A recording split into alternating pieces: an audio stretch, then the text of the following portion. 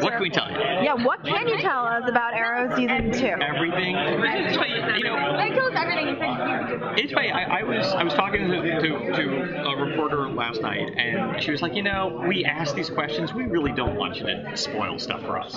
And and we generally we like to tease and provoke and everything, but we really we're very proud of the fact that we managed, by some miracle, quite frankly, to keep Tommy's death a secret last year, because we always approach the show from basically sort of a fanboy perspective, and at the end of the day, it's better to experience something and be surprised than have read about it on the internet 2 weeks ahead of time.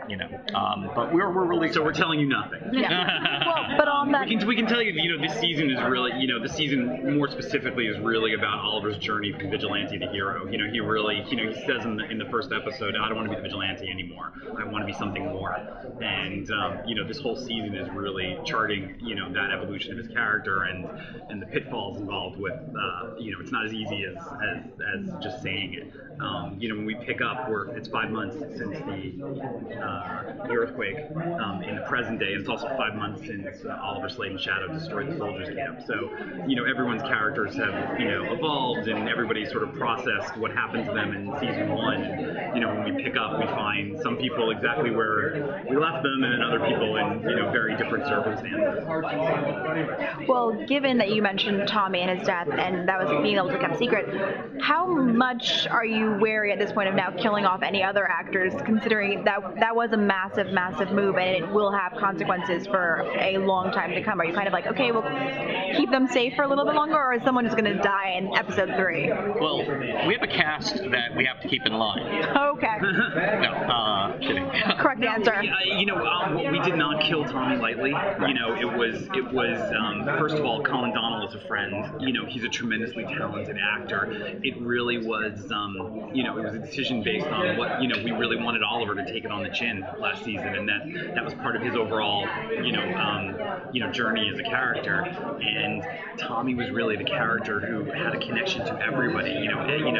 Everyone loved him, and he really changed from being the sort of selfish schmuck into this really good guy who loved Laurel, who Thea loved, who Moira felt a kinship with, who obviously Malcolm loved, and Oliver was his best friend. And it was the one sort of depth charge we can blow up, and that affected everybody else. So, we don't sit around going, well, who should we kill next? In fact, if anything, because it was so emotional and it was so impactful, and so much of this season, a lot of what you find our characters doing, they're doing to either honor Tommy, or they're doing it because they've been profoundly affected by his death.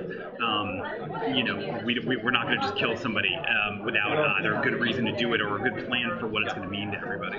Just the same way, Sarah Lance, her death in the pilot has been referred to and discussed, and sort of drives so many of the characters. Now Tommy's sort of the Sarah of season 2. We're always talking in the writers' room, wow, this story couldn't have happened if Tommy was alive, and the characters are having discussions and moments that all stem from Tommy dying. If we had done it sort of as a stunt, you wouldn't hear about Tommy in season 2, right. Whereas he's all over the place in season 2, and that was very much by design. Like Andrew said, we sort of did the creative math of what stories do we get out of Tommy dying apart from just Tommy dying, and you start to really see that in season 2.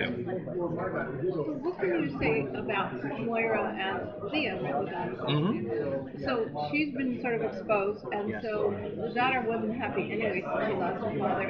And so can you talk about how they're going to change, and also Oliver's relationship?